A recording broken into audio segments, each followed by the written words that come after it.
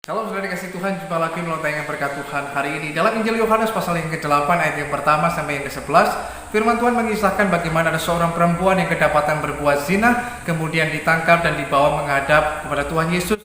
Namun yang menarik, saudara dikasih Tuhan, bagi wanita ini, hari itu adalah hari yang paling berat dalam hidupnya, hari yang paling buruk, hari yang paling memalukan, tetapi juga hari yang paling sial dalam hidupnya. Karena dia kedapatan berbuat zina, dan kemudian hari itu dia akan menghadapi hukuman selain karena malu, tapi juga hukuman mati.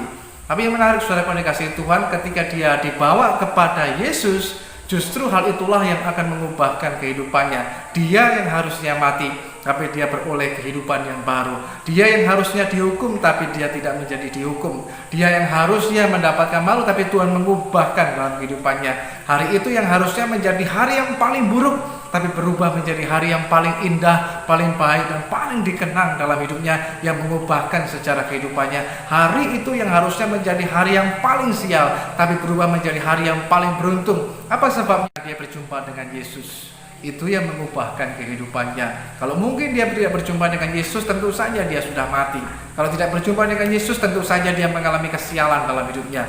Kalau dia tidak berjumpa dengan Yesus, dia mengalami hal yang buruk dalam kehidupannya, dia dihukum dan lain sebagainya. Tapi ketika dia berjumpa dengan Yesus, segala sesuatunya menjadi berubah. Maka hal yang sama dengan kehidupan saudara dan saya, kita belajar dari firman Tuhan ini. Yang pertama, datanglah kepada Yesus dan alamilah perjumpaan dengan Tuhan, maka hidup kita bisa diubahkan. Hidup kita yang sial menjadi yang beruntung. Hidup kita yang tadinya mungkin buruk berubah menjadi hidup yang luar biasa baik. Hidup kita yang harusnya mungkin kita sudah kehilangan pengharapan, tapi ketika kita datang kepada Tuhan Yesus, berjumpa dengan Tuhan, harapan itu bisa muncul kembali, dan kita mendapatkan satu kekuatan dan pertolongan daripada Tuhan yang indah pada waktunya. Yang tadinya mungkin kita semangat dalam hidup kita hampir mau padam, tapi ketika kita datang kepada Tuhan, berjumpa dengan Tuhan, semangat itu bisa hidup kembali, menyala kembali dalam diri kita. Saudara dikasihi Tuhan, hari ini kabar baik buat setiap kita.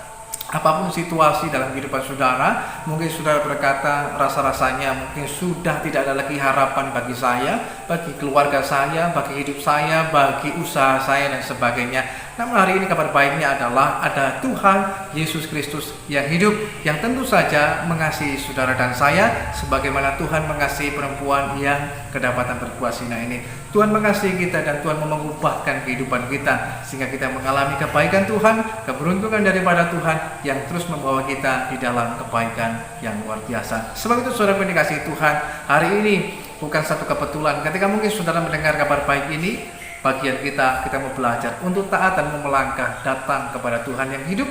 Kita mau datang kepadanya dan alami perjumpaan dengan Tuhan. Bukan hanya sekedar kita akan mengalami pertolongan Tuhan, tapi kita bisa mengalami Tuhan yang membawa kita lebih lagi. Bukan hanya dekat, tapi kita makin melekat kepada Tuhan yang hidup.